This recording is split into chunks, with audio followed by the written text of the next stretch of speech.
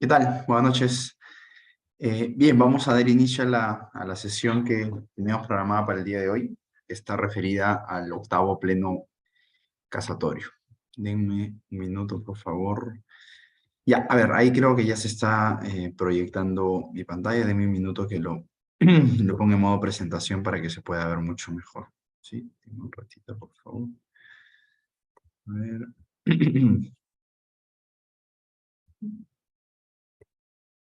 Ya, ahí está bien. A ver, este octavo pleno fue el que más se hizo esperar. Me refiero a la sentencia, ¿no? Porque la audiencia donde intervinieron los amicus curiae se realizó en determinada fecha y luego de poco más de 2 años es que se terminó emitiendo la sentencia. Entonces, incluso en el camino se llevó a cabo el noveno pleno, se conoció la sentencia y la sentencia del octavo pleno salió después de la del noveno, ¿no? Entonces, es un tema bastante conflictivo, bastante controversial y tal vez por eso, a eso responde el hecho de que la sentencia haya demorado tanto. Y también tal vez a eso responde el hecho que tengamos dos votos, uno en mayoría, uno en minoría. Esto quiere decir que no se llegaron a poner de acuerdo los vocales de cara a cómo resolver de forma unánime este tipo de controversias, ¿no? Para poner en contexto, les recuerdo que este caso está vinculado a cuál es la sanción jurídica que le corresponde al contrato por el cual uno de los cónyuges, sin el consentimiento del otro, dispone o grava el bien de la sociedad conyugal, ¿no? Usualmente los casos más frecuentes eran contratos de compra-venta. Un cónyuge se hace pasar como propietario del bien social y lo vende. Y el otro era hipoteca, ¿no? Pero la problemática aplicaría para cualquier contrato, no solamente de compra-venta y no solamente de hipoteca, cualquier contrato de disposición o cualquier contrato de gravamen. Es decir, estaría incluida acá una donación del bien social o un usufructo sobre el bien social o un derecho de superficie sobre el bien social, o dar el bien social en fideicomiso, por ejemplo, en anticresis, ¿no? Entonces, no se limita únicamente a la compraventa y a la hipoteca. Pero lo cierto es que son los casos más emblemáticos y que con mayor frecuencia originaron procesos judiciales, ¿no? Pero bueno, vamos a ver el caso que origina todo esto. Ustedes saben que para que se lleve a cabo un pleno casatorio, en principio hay un caso de la vida real que ya se reitera muchas veces y genera posiciones encontradas en las salas civiles, y a raíz de eso es que la Corte decide pues unificar la jurisprudencia convocando un pleno. Pero el pleno siempre se realiza con ocasión de un caso real, digamos. Es el caso que termina de derramar el vaso. Ya, el vaso se estaba llenando de casos similares que generan controversia hasta que llega un caso en donde ya pues la Corte dice, ya, tomemos este caso para resolver de ahora en adelante de manera uniforme todos estos supuestos similares. El caso que terminó por derramar el vaso, por decirlo así, fue este que ven aquí, ¿no? ¿Qué es lo que ocurrió en este proceso? A ver, en principio era un bien, esta casa que ven ustedes, era un bien que le pertenecía a la sociedad conyugal conformada por Norberto Choque Hualpa y Catalina Jacay Apolinario. Estas dos personas estaban casadas y estando casadas es que adquirieron este predio, ¿no? Cabe señalar que era un predio que no tenía partida registral, un predio que no estaba inscrito en los registros, ¿no? Esta pareja de esposos eran padres de esta persona que ustedes ven aquí arriba, que se llama Karina Choque Jacay, ¿de acuerdo? Ambos eran padres de esta chica. Ahora, esta chica, Karina Choque Jacay, a su vez, tenía un medio hermano, ¿no? Un medio hermano por parte de la mamá. La mamá, que es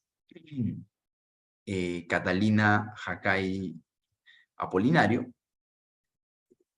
de parte con otro compromiso, ¿no? Había tenido un segundo hijo, ¿no? Que era medio hermano de esa señorita Karina Choque Jacay. Ahora bien, ¿qué ocurrió? que la esposa, Catalina Jacay Apolinario, sin contar con el asentimiento de su esposo, de Norberto Choque, decide vender el bien, no a su hijo, sino a la conviviente del hijo. Aparentemente acá lo que ocurre es que la señora Catalina, reitero, que era madre tanto de Karina Choque como de Joel Salazar, decidió pues favorecer a su hijo y celebra una compraventa a favor, no de él, reitero, sino de su conviviente. Una manera un poco indirecta de favorecerlo. Porque claro, hubiera sido muy evidente, con mucha mala fe, que directamente se lo venda a uno de sus hijos, ¿no? Entonces, es por eso que un poco para maquillar la situación, la compraventa la realiza la señora Catalina a favor de la conviviente de su hijo. El problema con esta compraventa es que, como ya dije, no intervino el esposo, no Alberto Choque. Como este es un bien que le pertenecía a la sociedad conyugal, según el Código Civil, debían participar ambos cónyuges, ¿no? Entonces, enterada de la situación, eh, esta chica Karina Choque Jacay considera que ese contrato de compraventa la termina afectando. Porque claro, si este bien inmueble seguía dentro del patrimonio de sus padres, cuando ellos fallecieran, ella, como heredera, iba a adquirir la calidad de propietaria. Claro, iba a adquirir la calidad de propietaria junto con su medio hermano, porque al medio hermano también le iba a corresponder un porcentaje de participación al ser hijo de uno de los dueños, hijo de la cónyuge, ¿no? Pero ya si el bien sale del patrimonio de la sociedad conyugal y termina ingresando a favor de un tercero, que en este caso sería Rocío Ceballos, ahí sí pues Karina Choque se queda, como diríamos, sin herencia, porque ya el bien deja de ser de sus padres y ya cuando sus padres fallezcan ya no tienen nada que heredar. Entonces, Karina Choque, cuando se entera de esta compra-venta y se entera además que su papá no había participado, ella es que decide impugnar este contrato, demanda la nulidad de la compra-venta. Tomen ustedes en cuenta que si el señor Norberto, que es el esposo, ¿no? Hubiese participado en el acto, Karina no tenía nada que reclamar, porque los padres perfectamente pueden vender los inmuebles de su propiedad y no con eso, si eso termina afectando al hijo, porque el hijo cree que se va a quedar sin herencia, problema del hijo. Ningún padre está obligado a conservar su patrimonio pensando en su hijo, porque ese patrimonio es futura herencia del hijo. Los padres pueden vender con absoluta libertad los inmuebles que le pertenezcan. El problema acá es que, reitero, el papá de Karina no había firmado la compraventa. Y de eso se agarra Karina en eso se sustenta Karina para mandar la nulidad del contrato de compraventa, ¿no? Ahora bien, mm, esta primera compraventa no había quedado allí, porque si bien esta compraventa la hizo la cónyuge Catalina a favor de Rocío Ceballos, ella a su vez hizo una segunda transferencia. Se lo vendió a esta persona Marta Matos Araujo. Es por eso que Karina, cuando plantea la demanda, Karina es la hija que estaría siendo perjudicada, ¿no? Cuando plantea la demanda de nulidad, no solamente la plantea contra la primera compraventa, sino también, evidentemente, contra la segunda, porque ella necesita anular todos los contratos que se hayan generado para que se entienda que el inmueble sigue perteneciéndole a la sociedad conyugal. Es por eso que ella demanda la nulidad de ambos contratos de compraventa, ¿no? Ahora, ¿cuál es la causal que invoca? Usualmente en estos casos, cuando un cónyuge disponía del bien social o grababa el bien social sin el asentimiento del otro, las causales de nulidad que usualmente se invocaban eran, por un lado, falta de manifestación de voluntad, porque se decía que para que se genere una voluntad contractual tenían que participar ambos cónyuges. Si lo hacía uno, faltaba la voluntad del otro, con lo cual había una falta de manifestación de voluntad. Es una de las causales que casi siempre se invocaban. La otra era la de objeto jurídicamente imposible, porque se decía, pues, ¿no?, que si el bien es de la sociedad conyugal, era jurídicamente imposible que uno solo de los cónyuges venda un bien que no le pertenece íntegramente, porque el bien le pertenece a la sociedad como tal, no a uno de los cónyuges. Entonces, ahí había un objeto jurídicamente imposible. Y la tercera causal que se solía invocar era el fin ilícito, ¿no? Se decía que la vendedora, la cónyuge, y la adquirente, en este caso Rocío Ceballos, se habían puesto de acuerdo para terminar perjudicando al cónyuge que no participó en el acto. Un poco acá se requiere además, para poder sustentar la idea del fin ilícito, se necesita que la adquirente o el adquirente haya sabido en todo momento que lo que se le estaba vendiendo no le pertenecía exclusivamente a su vendedora, sino que le pertenecía a un ente distinto llamado sociedad conyugal, y por ende, sabiendo que debía participar el señor Norberto, la adquirente sencillamente se hizo de la vista gorda y decidió comprárselo solamente a Catalina. Entonces, ahí estaba el fin ilícito, ¿no? El concierto de voluntades entre el vendedor y el adquirente para terminar perjudicando al verdadero propietario, en este caso a Norberto y la sociedad conyugal, ¿no? Y una cuarta causal que se invocaba para sustentar la nulidad era el hecho de que el artículo 315 del Código Civil enfáticamente señala que para disponer de bienes sociales o para gravarlos tienen que participar ambos cónyuges. Entonces se decía que esa era una norma de orden público, una norma imperativa de orden público, y que cuando un solo cónyuge, sin el asentimiento del otro, dispone o grava el bien social, lo que está haciendo es atentar contra ese artículo 315 que claramente dice que deben participar los dos cónyuges. Y ese atentado contra el artículo 315 implica, dar lugar a un atentado contra una norma de orden público. Y por ende, esa es una causal de nulidad también. Entonces, esas eran las cuatro causales de nulidad que frecuentemente se invocaban para sustentar este pedido de nulidad. Número uno, ya para resumir, falta de manifestación de voluntad. Número dos, objeto jurídicamente imposible. Número tres, fin ilícito. Y número cuatro, vulneración de normas de orden público, que sería el artículo 315 del Código Civil, ¿no? Bien, esta fue la demanda planteada por Karina Choque Jacay, ¿no? Una demanda de nulidad contra la primera compraventa y contra la segunda compraventa. Ahora, la discusión estaba, ¿por qué se genera el pleno? El pleno lo que no trataba de determinar si es que realmente la demanda correcta era la de nulidad, como en este caso la planteó Karina Choque, invocando algunas de las causales que ya mencioné, o si por el contrario, la demanda tenía que ser una de ineficacia, no de nulidad, sino de ineficacia. ¿Por qué? Porque en este caso, decían algunos, no se había presentado un supuesto de nulidad, porque no había una causal que atacase al acto, sino que sería un caso de ineficacia porque quien terminó vendiendo la casa carecía de un requisito de eficacia del acto, que es la legitimidad para contratar, ¿no? Entonces, algunos decían que la demanda debía ser de ineficacia y no de nulidad. Debido a esta controversia, ahora, esta distinción o esta disputa, esta controversia respecto de si la demanda debía ser de nulidad o debía ser de ineficacia, no era una cuestión solamente de nombre, ¿no? Sino que tenía consecuencias prácticas importantes. Porque si la demanda es de nulidad, el plazo prescriptorio es de 10 años para plantear la nulidad. Si la demanda correcta fuese de ineficacia, no hay un plazo prescriptorio para ese tipo de pretensión. Segunda diferencia, si la demanda fuese, si el contrato de compra-venta celebrado fuese nulo, no habría ninguna posibilidad de que el cónyuge que no participó en el acto lo confirme, lo convalide, o lo ratifique o lo sanee. Por el contrario, si el contrato fuese ineficaz, la ineficacia sí es una patología subsanable. El cónyuge que no participó en el acto podría ratificar esa compra-venta y de esa manera lograr que el contrato se vuelva perfectamente eficaz. En el caso de que fuese nulo, eso es imposible, porque lo nulo no hay manera de sanearlo.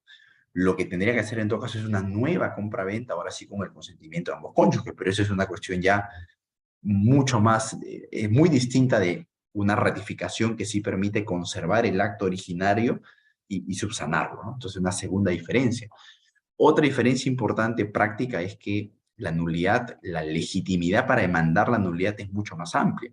La puede demandar no solamente la parte afectada directamente, sino cualquier tercero que considere que tenga legítimo interés, incluso el Ministerio Público. La ineficacia es una cuestión mucho más restringida a la parte afectada por el acto jurídico, que en este caso sería el cónyuge que no participó. Otra diferencia es que la nulidad, cuando es manifiesta, puede ser declarada de oficio. No existe una norma que diga que una ineficacia manifiesta podría ser declarada de oficio. Entonces, la discusión no era solamente una cuestión terminológica, ¿no? No solamente se limitaba a establecer si es que la demanda debía llevar el nombre de nulidad o el nombre de ineficacia, no. Dependiendo de si se optase por una alternativa o por otra, o por una tesis u otra, las consecuencias prácticas serán relevantes, como ya he explicado. Entonces, debido a esta relevancia práctica de la disputa, es que la Corte decide convocar al Pleno y establecer cuál tiene que ser la demanda correcta.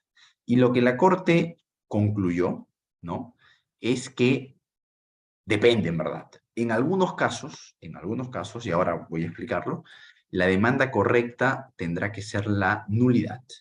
Y en otros casos, en cambio, la demanda correcta deberá ser la ineficacia. O sea, no es que la Corte Suprema, en el voto en mayoría, me refiero a que es el voto, entre comillas, ganador, es el voto que genera el precedente y es el voto que tendría que ser respetado en adelante, ¿no? No es que la Corte haya dicho, ya, la demanda correcta siempre es nulidad o la demanda correcta siempre es ineficacia. No.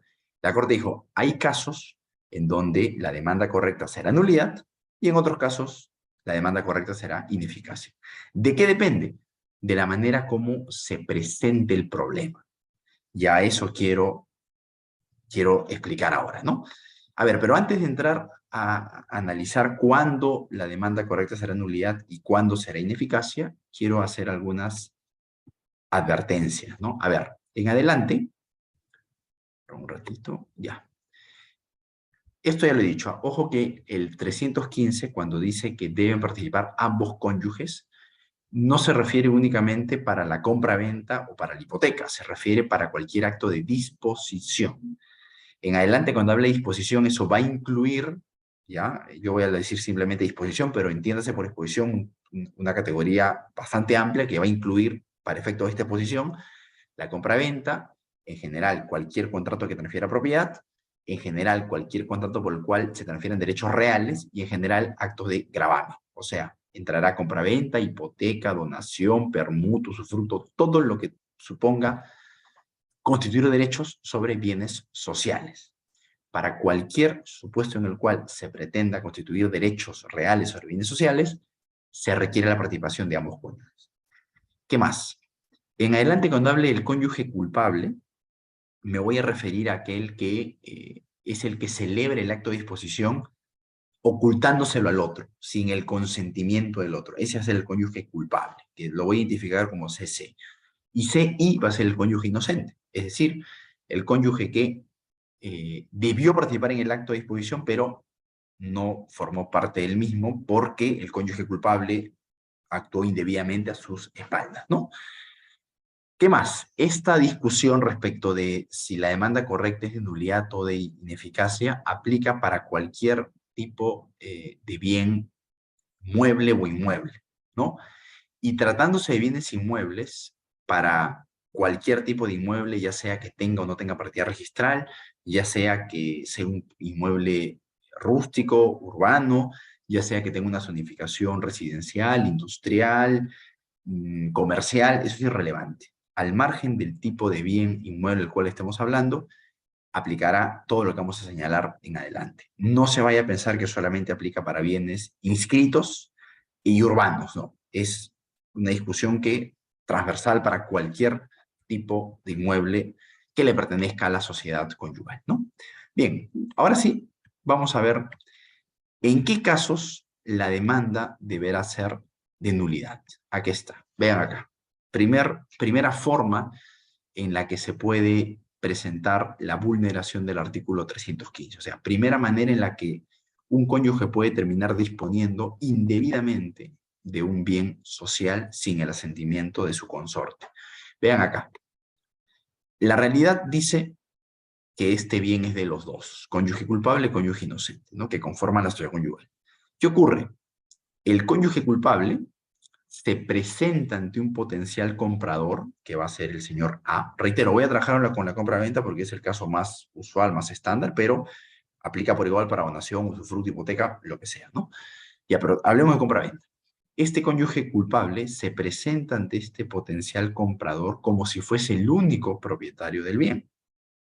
Y este comprador se deja llevar por lo que el cónyuge culpable le muestra. Por ejemplo, si fuese este un predio con partida registral, lo que el cónyuge culpable le va a mostrar a A es la partida en donde él figura como el único propietario. Porque muchas veces pasa eso, ¿no? Ya están casados, pero por alguna razón, en el contrato de compra-venta la sociedad conyugal no interviene comprando el bien, sino que solamente interviene uno de los cónyuges como comprador del bien. Y además en el DNI figura todavía como soltero. Entonces, como figura como soltero, ese cónyuge culpable termina comprando el bien como si fuera soltero y en la partida registral de ese inmueble termina figurando como el único propietario del bien, cuando en realidad es un bien que le pertenece a la sociedad conyugal, porque es un bien que ha sido adquirido cuando ya estaba conformada la sociedad conyugal. Entonces mañana, cuando ese bien haya que venderlo, el cónyuge culpable se aprovecha de que él solito figura como dueño registral y sale a ofrecerlo como si fuese el único propietario. Y como esa información registral se presume pues que es cierta, no hay ningún asiento en la partida registral que diga que el bien es social, ni mucho menos, el señor A le cree al amigo C. Cree que es el nuevo propietario y firma el contrato de compra-venta. ¿Qué va a pasar mañana? Mañana más tarde, como es evidente, va a recibir una demanda de nulidad planteada por el cónyuge inocente.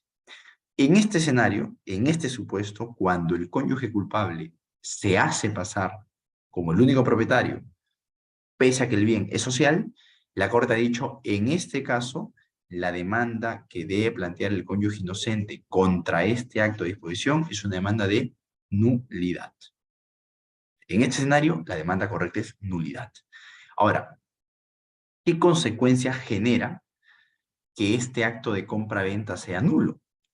Pero antes de eso, ¿cuál es la causal de nulidad que va a invocar? Porque la Corte también ha dicho eso, ¿no?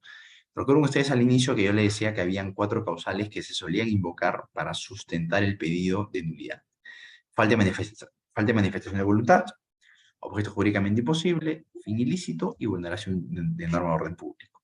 Lo que la Corte ha dicho es que la causal a invocarse básicamente es la vulneración del orden público, porque la Corte ha considerado, ha entendido que ese artículo 315 es una norma que interesa al orden público. Su razonamiento, que me parece bastante cuestionable, va en el sentido de que como está de por medio el patrimonio de la familia, por llamarlo así, hay una cuestión de orden público inmersa en toda la problemática. Entonces, ese artículo 315, al tratar de proteger a la familia, y la familia al estar protegida por la Constitución, ese artículo 315 es de orden público. Y por ende, cuando se actúa lesionando ese artículo, se está actuando lesionando el orden público. Y eso es lo que genera que el contrato de compra-venta sea nulo. Esa es la causal correcta, según la Corte, sobre la cual habría que sustentar el pedido de nulidad. Ahora bien, ¿cuáles son las consecuencias de que esta compra-venta sea nula? Aquí en este cuadro las van a poder ver, en el lado izquierdo, ¿no? Vean ustedes. Si el contrato celebrado entre el cónyuge culpable y A, que es el comprador, ¿no?, es nulo, quiere decir que ya no hay manera de subsanarlo. Me explico. Si mañana más tarde el cónyuge inocente se entera de la situación y su esposo le dice, imaginemos que el esposo del cónyuge culpable, ¿no?, el que ha vendido la casa haciéndose pasar como el único propietario, convence a su esposa y le dice, mira, está bien, vendí la casa sin tu consentimiento, pero es una buena venta, porque he vendido la casa al triple del precio de mercado que cualquier persona nos habría pagado. Si a su esposa esa situación termina haciéndola feliz y dice, oye, ¿sabes qué? Está muy bien lo que hiciste. Esta compraventa que has hecho, por más que no me consultaste, me parece buena. Me gusta la compraventa. Por más que ahora la esposa esté de acuerdo con la compra-venta, no hay manera de subsanarla, no hay manera de confirmarla, ni de ratificarla, ni de hacerla válida. Porque lo que es nulo por siempre. La nulidad no tiene manera de ser subsanada. En todo caso, ¿qué tendrían que hacer si es que quieren que esa compra-venta realmente produzca efectos? Tendrían que hacer un nuevo contrato, ahora sí interviniendo ambos cónyuges, vendiendo el bien a favor de A. Pero no hay ninguna posibilidad que el primer contrato en el que solo participó CC, no hay ninguna posibilidad de que ese contrato se vuelva válido de alguna forma. Eso es imposible. Eso no es jurídicamente posible. Entonces, es una consecuencia fuerte del hecho de que se deriva del hecho de que la Corte haya optado por la nulidad, ¿no? A diferencia del voto en minoría, porque no se olviden que este octavo pleno casatorio ha sido resuelto con un voto en mayoría, que es el que considera que en este caso debe aplicar la nulidad. Hay un voto en minoría que, en virtud del cual algunos vocales dijeron no, acá el camino correcto es la ineficacia. No es un contrato nulo, porque el artículo 315 no tiene nada que ver con el orden público, acá no hay un problema de nulidad. Acá lo que le falta al contrato es un problema de eficacia, porque, digamos, quien tenía la legitimidad para vender el bien, para disponer el bien, era la sociedad conyugal, que actúa mediante los cónyuges. Si uno solo de ellos ha hecho la venta, ese cónyuge que vendió el bien carece de un término, de un requisito que se llama legitimidad para contratar. Y esa falta de legitimidad para contratar no es un tema que tenga que ver con la validez del acto, sino solamente con la ineficacia. Entonces, la demanda correcta que debiera plantear el cónyuge inocente es la ineficacia en la compraventa frente a él, porque él no manifestó voluntad, no estuvo de acuerdo con el contrato. Ahora bien, si se tomase la tesis de la ineficacia, todo cambia. Porque como ya dije al inicio, la ineficacia sí puede ser confirmada, sí puede ser subsanada, puede ser ratificada. Si el cónyuge inocente, cuando se entera de la situación, le parece bien la compra-venta que se ha celebrado, perfectamente podría unilateralmente emitir una voluntad ratificatoria diciendo, con fecha tal, me enteré que mi cónyuge vendió el inmueble a un tercero, y si bien yo no participé en ese acto, mediante este documento unilateral yo lo ratifico. Y de esa manera este acto unilateral del cónyuge inocente terminaría complementando al contrato original. Y esta complementación haría pues que el contrato originalmente ineficaz se vuelve eficaz. Eso sí sería posible si es que se toma la tesis del voto en minoría. Pero repito, el voto, entre comillas, ganador es el de la nulidad y por ende el acto es insubsanable. Otra consecuencia importante del hecho de que la demanda correcta sea la nulidad, volvemos a la columna de la izquierda, es que es irrelevante la buena fe con la que haya podido participar el comprador, que sería en este caso A. En el ejemplo que les puse, se trataba de un inmueble que registralmente le pertenecía estaba a nombre solamente del cónyuge, aun cuando realmente el dueño era la sociedad conyugal. Queda claro, es evidente que en este caso el comprador podría decir, oigan, yo he tenido buena fe, porque yo le compré al cónyuge culpable pensando que era el único dueño. Yo no tenía forma de saber que ese bien le pertenecía a una sociedad conyugal, porque en la partida registral no figuraba la sociedad conyugal, figuraba solamente el cónyuge culpable. Y además, tampoco tuve forma de saber que el cónyuge culpable estaba casado, porque en el DNI en su DNI seguía figurando como soltero. Entonces, yo tampoco he podido conocer que estaba casado. Entonces, yo como comprador, como A, he tenido toda la buena fe del mundo al momento de celebrar mi compraventa. Esta buena fe con la que he actuado no me protege frente a la demanda de nulidad que ahora está planteando el cónyuge inocente. No. Un contrato de compra-venta que adolece de nulidad es nulo independientemente de la buena o mala fe que haya podido tener una de las partes. La buena fe no subsana el problema de la nulidad. Ya le mira, Alan, pero imaginemos que esa compra-venta a favor de A también se inscribió en registros públicos, porque si el inmueble estaba registralmente a nombre solo del cónyuge culpable, seguramente no habrá habido ningún problema para que la compra-venta firmada por ese cónyuge culpable a favor de A pueda ser inscrita, porque se habría cumplido perfectamente con el tracto sucesivo, porque a nivel registral el único dueño era el cónyuge culpable.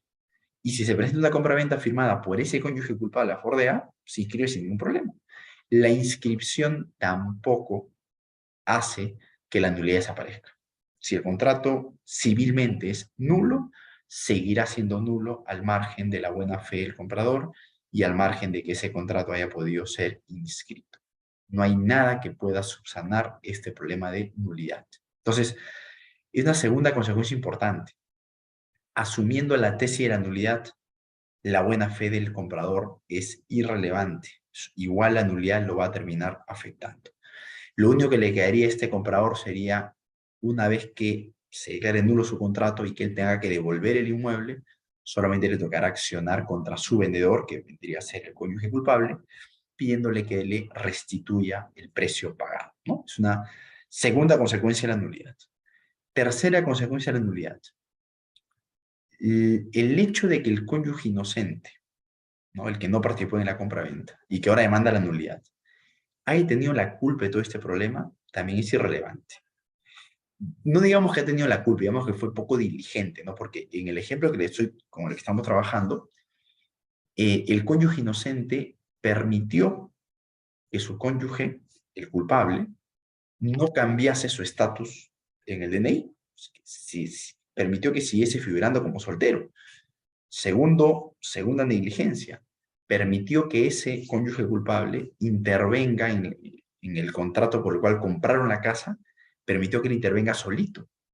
Tercera negligencia. Permitió que ese cónyuge culpable figurase en el registro público como el único dueño.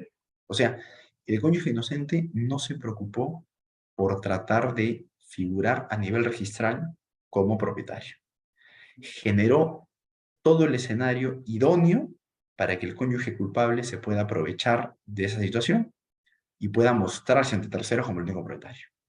Y eso a la larga terminó generando que un tercero buena fe como A confíe en esa información registral y termine comprándole la casa al cónyuge culpable pensando que era el único propietario. Toda estas conductas, por llamarlo de alguna manera, negligentes en las que incurrió el cónyuge inocente, no le privan su derecho de demandar la nulidad. Por más inocente, por más negligente que haya sido, mm, igual queda perfectamente legitimado para demandar la nulidad.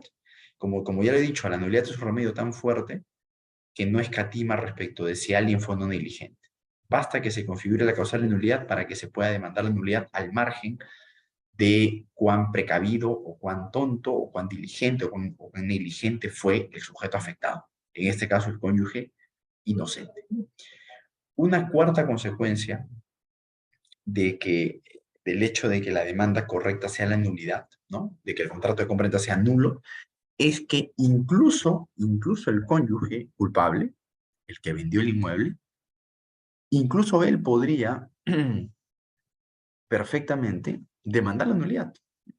Acá no funciona esto de que una especie de actos propios, ¿no? ¿Cómo es posible que el cónyuge culpable, que él fue el que generó el problema porque él se hizo pasar como único dueño y vendió el inmueble, él mañana puede también demandar la nulidad? La respuesta es sí.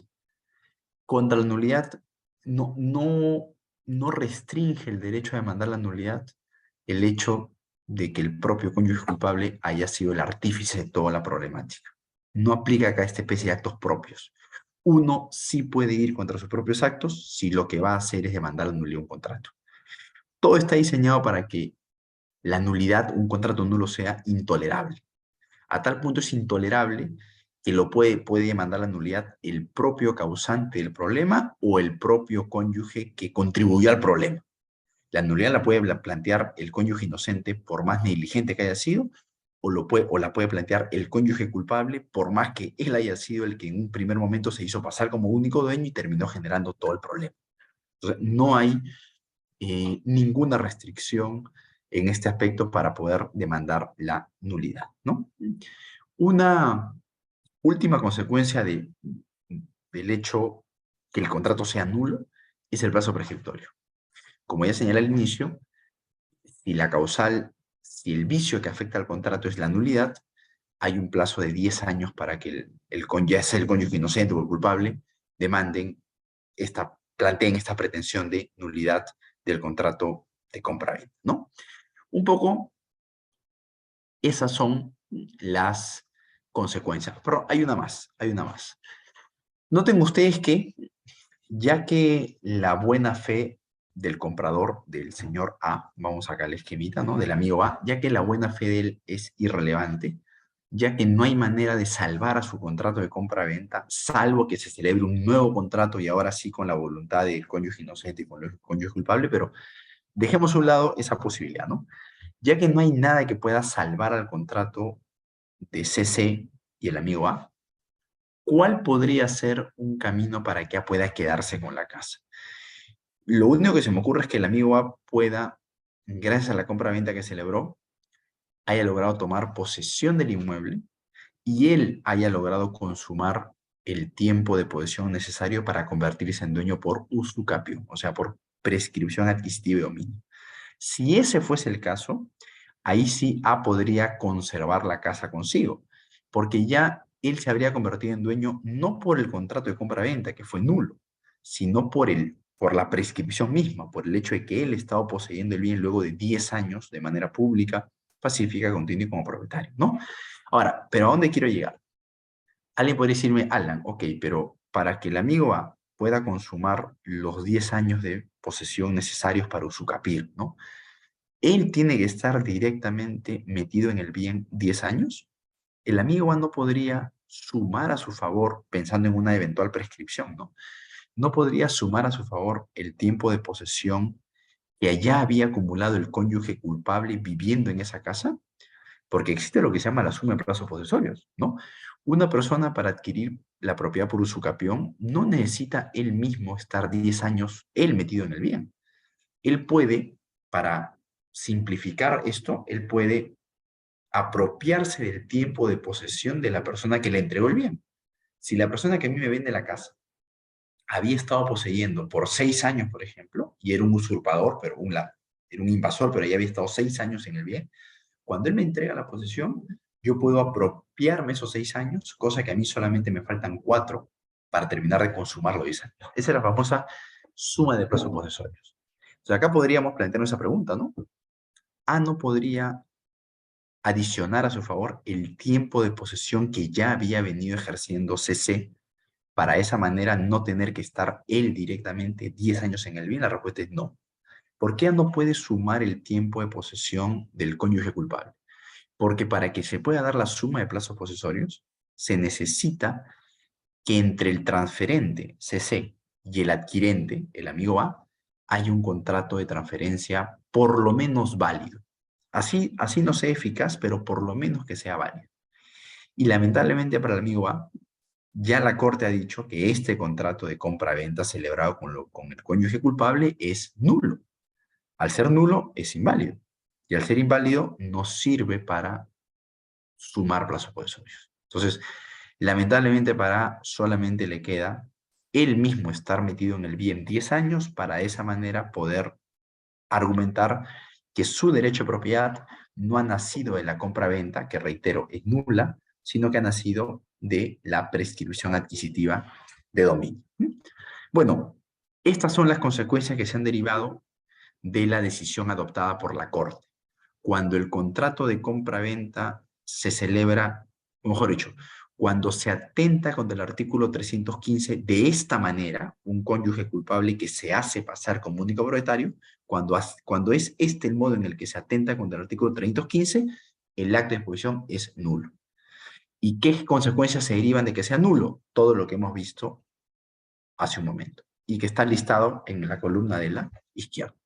Bien, ahora, quiero que veamos en qué caso es que el acto de disposición va a ser ineficaz, ya no nulo.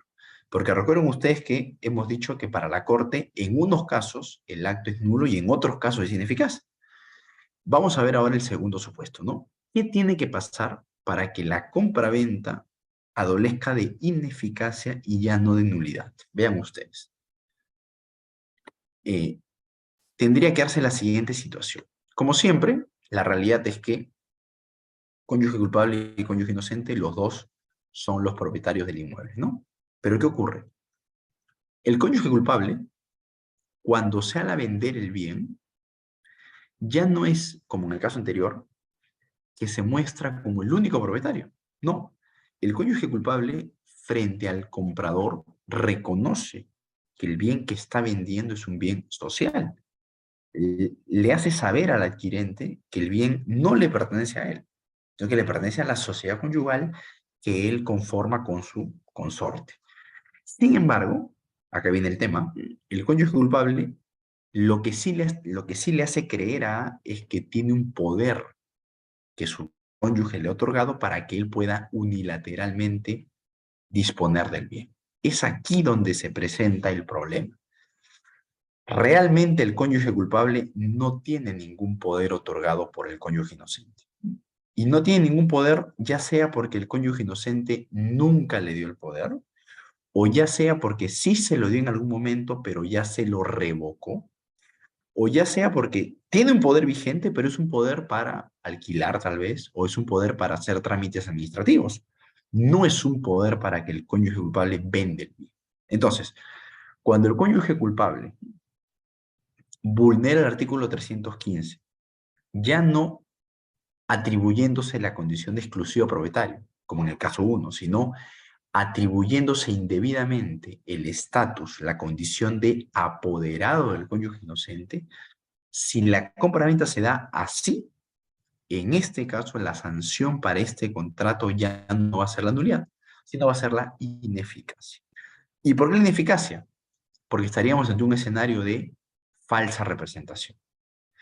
Ya sea, o sea, falsa representación, ya sea porque nunca hubo poder o porque hubo poder y el mismo fue revocado, o había un poder, pero no era un poder para vender, era un poder mucho más acotado para temas menores.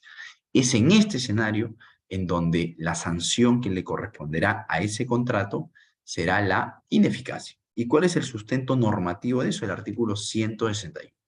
Dice, cuando un representante se excede del poder, por ejemplo, tenía poder para alquilar y vender, o viola el poder, por ejemplo, tenía poder para vender a cierto precio y termina vendiendo por un precio menor, ¿no? O simplemente no tenía poder de representación, nunca se lo dieron, o se lo habían dado y se lo quitaron, se lo revocaron, en cualquiera de esos casos en donde el representante vende el bien del representado, la norma lo que dice es que esa compra-venta, ese acto celebrado por el representante, excediéndose el poder, violando el poder o atribuyendo su poder que no existe, ese acto frente al representado, que vendría a ser la sociedad conyugal, no es nulo, sino que es ineficaz. Y ese es el sustento por el cual la Corte ha considerado que en estos casos la sanción es la ineficacia del acto jurídico. Ahora, ¿qué situación, cuál es la consecuencia práctica de esto? Acá al menos sí podría protegerse la buena fe del comprador. ¿Cómo así? Por lo siguiente, vean ustedes. Podría pasar lo siguiente, como he dicho, ocurre, ¿no? El cónyuge culpable, no se olviden, se presenta ante el comprador como si fuese apoderado del cónyuge inocente. Ahora, el comprador, el señor A, le cree al cónyuge culpable, le cree que en efecto tiene un poder. ¿Por qué? Porque el poder está inscrito en registros públicos. Es decir, en algún momento de la vida, el cónyuge inocente sí le dio un poder al cónyuge culpable. Y ese poder se lo otorgó por escritura pública. Y esa escritura pública se inscribió en el registro. O sea, hoy, según registros públicos, el cónyuge culpable en efecto tiene la condición de apoderado del cónyuge inocente. Clarísimo. Pero realmente, ¿qué ha pasado? El cónyuge inocente, así como le dio poder al cónyuge culpable hace un año, hace 2 meses se pelearon y el cónyuge inocente le es perfectamente revocable, ustedes saben. Así como yo doy un poder, mañana lo puedo quitar, ¿no? Claro, salvo supuesto de poderes irrevocables, pero no entremos a eso. Entonces, resulta que hace 2 meses el cónyuge inocente le revocó el poder, con lo cual ya no existe más representación. Pero acá viene el error del cónyuge inocente. No se tomó la molestia de inscribir en el registro la revocación de ese poder. Quiere decir que para el momento en el que CC se muestra frente a como apoderado de CI, realmente ya no es apoderado, pero registralmente sí goza de esa apariencia. Y el amigo A, de buena fe, como el registro lo dice, y lo que dice el registro se presume que es cierto, que está bien, ¿no? Que se ajusta a la realidad, el amigo A acepta el poder y le cree al cónyuge culpable sobre esa base, sobre esa información registrada. Y termina comprándole el bien al cónyuge culpable. Y mañana, luego de 3 meses, le cae su demanda ineficaz. Una demanda planteada por el cónyuge inocente, donde el cónyuge inocente dice, amigo A, lo siento, usted lo engañado. El cónyuge culpable le hizo pensar que era mi apoderado, pero en verdad acá yo tengo la prueba, carta notarial, en donde 2 meses antes de la compra-venta, yo le había comunicado al cónyuge culpable que él ya no era más mi apoderado. Acá sí el amigo A tiene un argumento fuerte de defensa. Hay un artículo, el 2038 del Código Civil, que expresamente dice que el comprador, que en general, el que adquiere derechos confiando en poderes inscritos, no se puede ver perjudicado por revocaciones, modificaciones o extinciones de ese poder que no se hayan inscrito. Quiere decir, en resumen, la revocación del poder que se hizo no toca al amigo A. El amigo A, por haber adquirido de buena fe y a título oneroso porque ha pagado por ese bien, puede decir, yo confío en la información registral, tu revocación de poder nunca se inscribió, así que a mí eso me es inoponible. Mi compraventa conserva plena eficacia frente a esta pretensión planteada por el cónyuge inocente. Entonces, acá sí, afortunadamente para el amigo A, sí va a poder conservar su adquisición. Ahora, permítanme volver al escenario 1, al primer supuesto en donde la demanda era en nulidad. Vean ustedes, porque quiero que tengamos en cuenta esto. Hemos dicho, quédense solamente acá, donde está A, ¿no? En este caso, estamos en el supuesto 1, cuando el contrato es nulo. ¿Por qué es nulo? Porque el cónyuge culpable se hizo pasar como si fuese el único propietario, ¿no? Entonces, hemos dicho que la buena fe del amigo A no lo protege. Por más buena fe que él haya tenido, por más inscripción que él haya hecho de su compraventa, su contrato es nulo. Y la buena fe de A no cura nulidad y la inscripción de A no cura nulidad. Siempre el cónyuge inocente va a poder ganar la demanda de nulidad y recuperar la propiedad del bien. Ahora bien, ¿cuándo es que el cónyuge inocente ya no va a tener nada que hacer y ya perdió para siempre? Si es que el amigo A, que había comprado de buena fe inscribiendo, celebra un segundo contrato a favor de B. Acá sí ya la potencial demanda de nulidad ya va a tener un gran problema. ¿Por qué? Porque cuando ya el amigo A vende el bien a B, B, él sí es un tercero ajeno al contrato nulo. ¿El contrato nulo entre quiénes es? Entre cónyuge culpable y A, transferente, comprador. A es parte del contrato nulo y es por eso que él no puede decir, soy un tercero buena fe. A no es tercero, A es parte del contrato nulo. Pero B sí es un tercero ajeno al contrato nulo.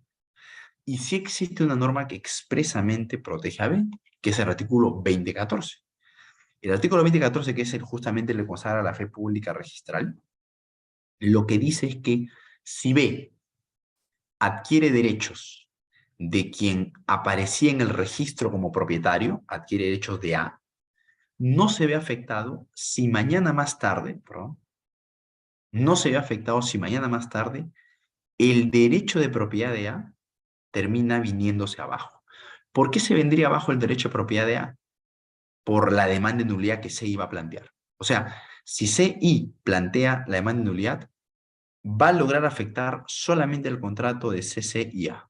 Ese contrato podrá ser declarado nulo, pero esa nulidad no puede tocar, no puede afectar, no puede serle oponible al tercero B.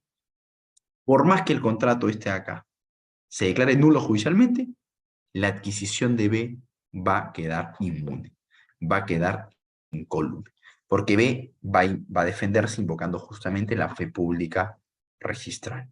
¿Sí? Entonces, ya cuando hay una segunda venta, ahí sí pues las posibilidades de éxito del cónyuge inocente son bastante reducidas, ¿no? Bien, esos son los dos supuestos fuertes, macros, que ha consagrado este pleno casatorio. Cuando la vulneración del artículo 315 se da de esta manera, el cónyuge culpable haciéndose pasar como único propietario, la sanción del contrato es la nulidad.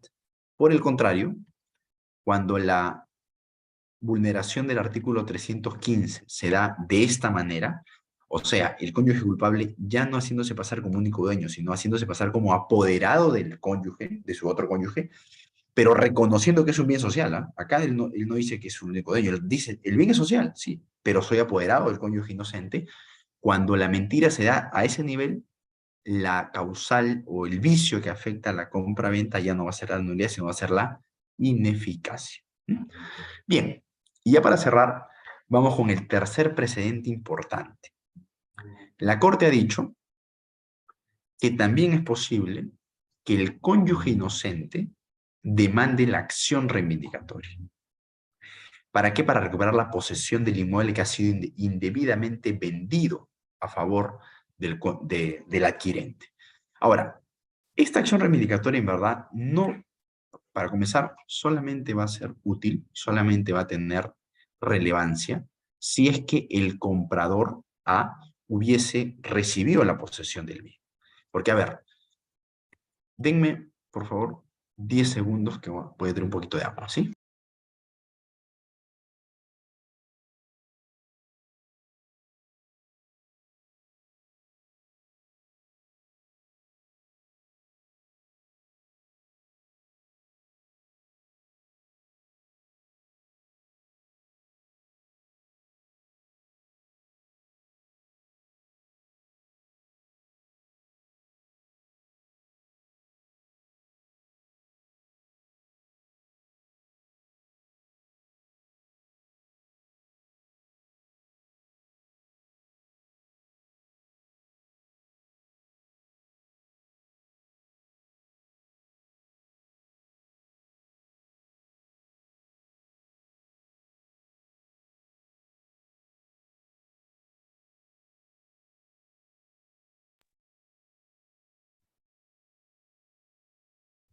Ya, a ver, le decía, ¿no?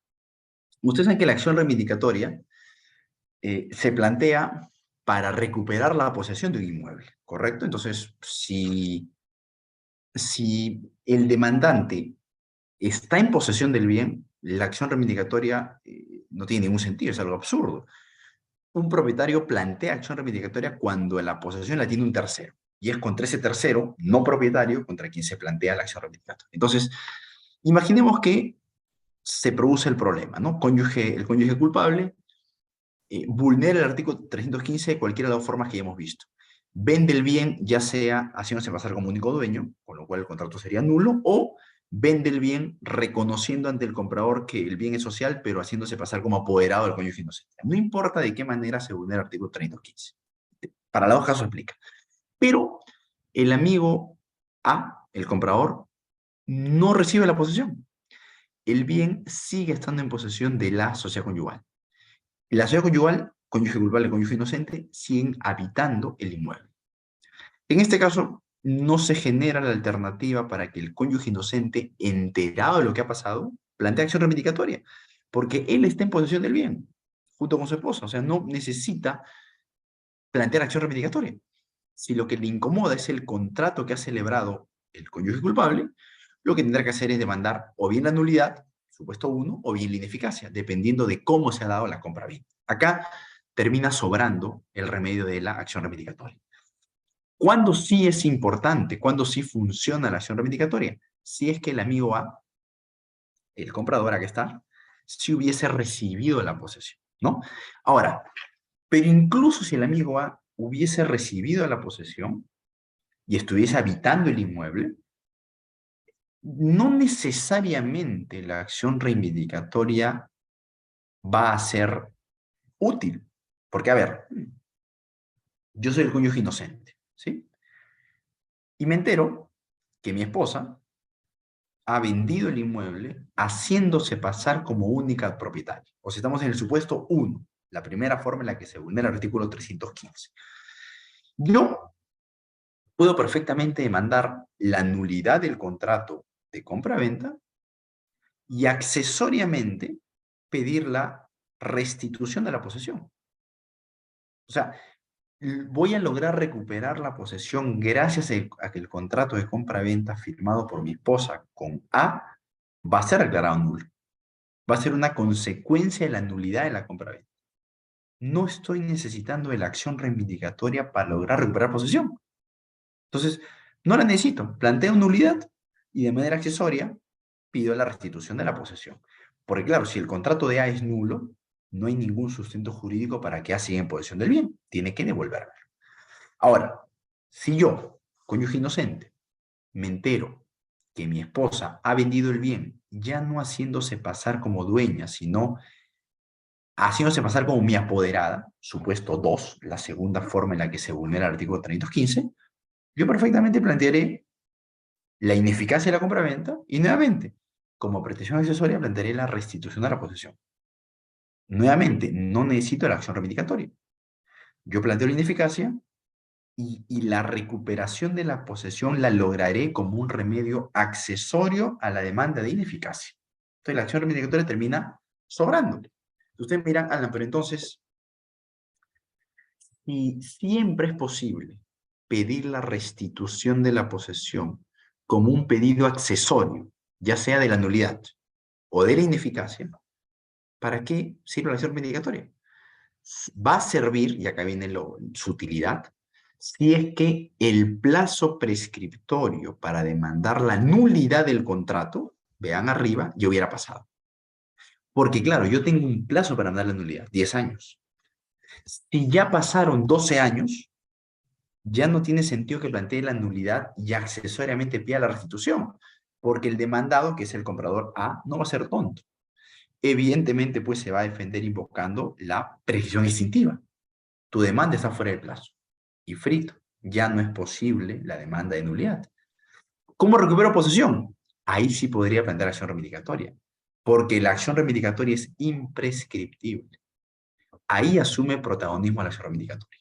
Si ya venció el plazo para demandar la nulidad, ¿cómo puede recuperar posesión el cónyuge inocente? Planteando acción reivindicatoria. Y pasa igual si es que la demanda fuese de ineficacia. Algunos jueces consideran que la ineficacia también tiene un plazo prescriptorio y le aplican un plazo prescriptorio de 2 años. Yo creo que es equivocado, creo que es una pretensión imprescriptible, pero algunos jueces aplican 2 años de prescripción. Entonces, si yo sé que el juez maneja un criterio de que el plazo para demandar la ineficacia de la compra-venta es 2 años y la compra-venta se hizo hace 4 años, no me conviene mandar la ineficacia y pedir accesoriamente la restitución de la posesión, porque yo ya sé que el demandado A se va a defender diciendo con demanda de ineficacia fuera de plazo. Y el juez, como para él el plazo de 2 años, va a decir, sí, pues en efecto, fundada la excepción de prescripción extintiva, la demanda de ineficacia no camina improcedente. Entonces, ¿cómo recupero posesión? Nuevamente, acción reivindicatoria.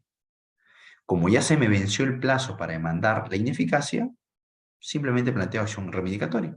Señor juez, el señor A no es propietario, porque su contrato es ineficaz, es nulo, pero no es propietario. Y ahí, ahí A no me va a poder decir, no, pero ya venció tu oportunidad para demandar la nulidad de ineficacia. Yo diré, no, es que yo no estoy planteando la nulidad ni la ineficacia, yo estoy planteando acción reivindicatoria. Si para resolver la acción reivindicatoria el juez tiene que analizar la nulidad o ineficacia del contrato, para eso no hay un plazo prescriptorio, porque yo no estoy planteándolo como pretensión. Entonces, ahí asume relevancia la acción reivindicatoria. Cuando el plazo para plantear la nulidad o el plazo para plantear la ineficacia ya hubiese vencido.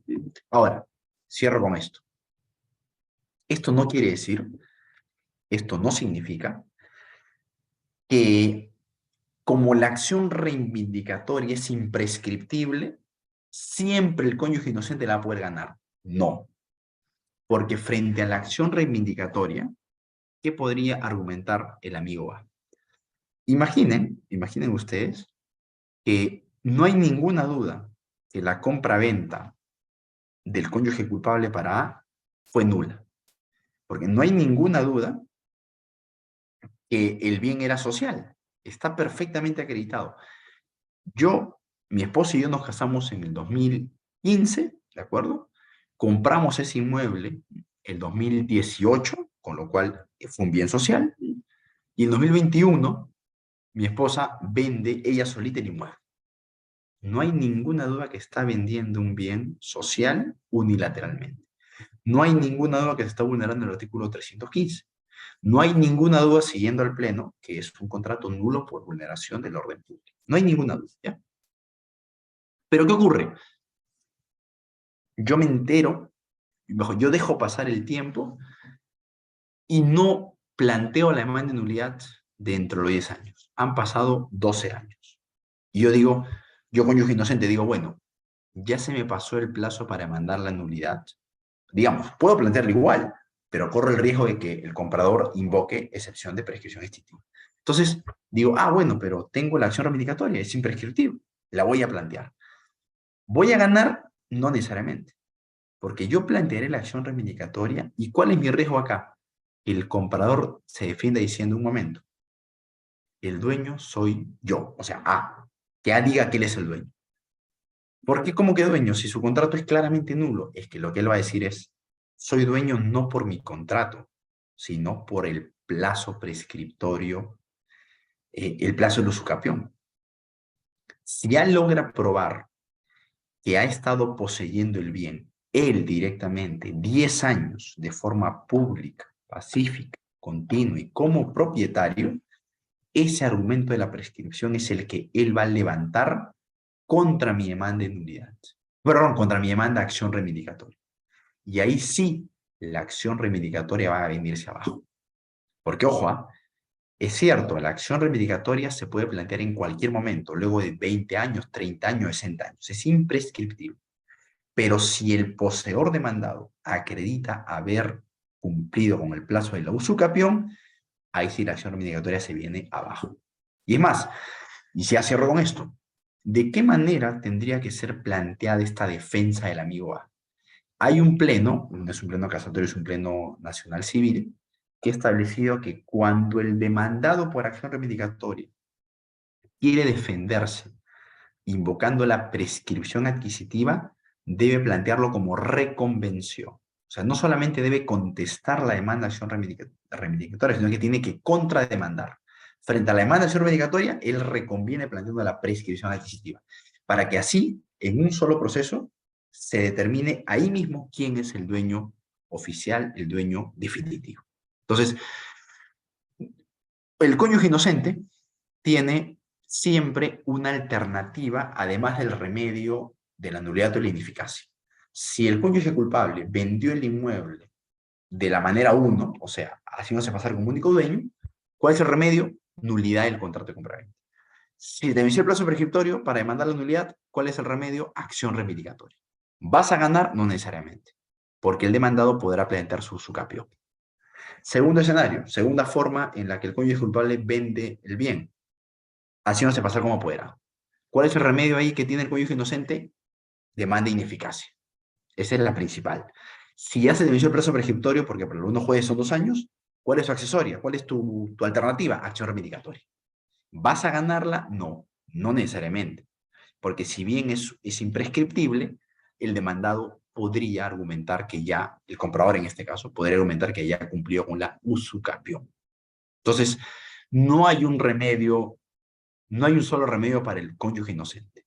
Nulidad viene de la mano con acción reivindicatoria y la ineficacia viene de la mano con la acción reivindicatoria también, ¿no? ¿La acción reivindicatoria va a triunfar? No necesariamente. El gran problema siempre será si es que el demandado ya hubiese consumado, como digo, la usucapión, ¿no? Y bueno, esos son los 3 grandes precedentes que ha establecido este voto en mayoría. Esos son los 3 grandes bloques. En un caso corresponde a la demanda de nulidad, en otro caso corresponde que la demanda sea la ineficacia, y siempre como medida alternativa corresponde o se podrá plantear la acción reivindicatoria. Pero reitero, esta acción reivindicatoria no garantiza éxito. El demandado por la acción reivindicatoria siempre podrá defenderse invocando la usucapión. Ojo, para que sea planteada correctamente su usucapión, va a tener que ser planteada como reconvención frente a la demanda de acción reivindicatoria, ¿no? Bueno, eso era un poco lo que se ha discutido en este octavo pleno casatorio. No olviden, por favor, que se trata de un pleno que tiene voto en mayoría, que es el que hemos analizado, y el voto en minoría. La gran diferencia del voto en mayoría y el voto en minoría es respecto de la sanción aplicable al primer supuesto. Porque el voto en minoría también reconoce que cuando el cónyuge culpable se hace pasar como apoderado, la demanda es la ineficacia. En eso coincide. El voto en minoría también coincide en que si ya el primer comprador hubiese vendido el bien a un tercero, ese tercero está protegido por el 2014. Ahí también hay coincidencia. La discrepancia fuerte entre el voto en mayoría y el voto en minoría es para el primer supuesto, cuando el cónyuge culpable se hace pasar como único propietario. Para el voto de mayoría, este es un caso de nulidad por vulneración del orden público, el artículo 315. Para el voto en minoría, en cambio, este es un supuesto de ineficacia por falta de legitimidad para contratar. Ahí está realmente la discrepancia. En todo lo demás, en verdad, hay de alguna manera coincidencia. La diferencia fuerte está en la sanción para este supuesto de vulneración del artículo 315.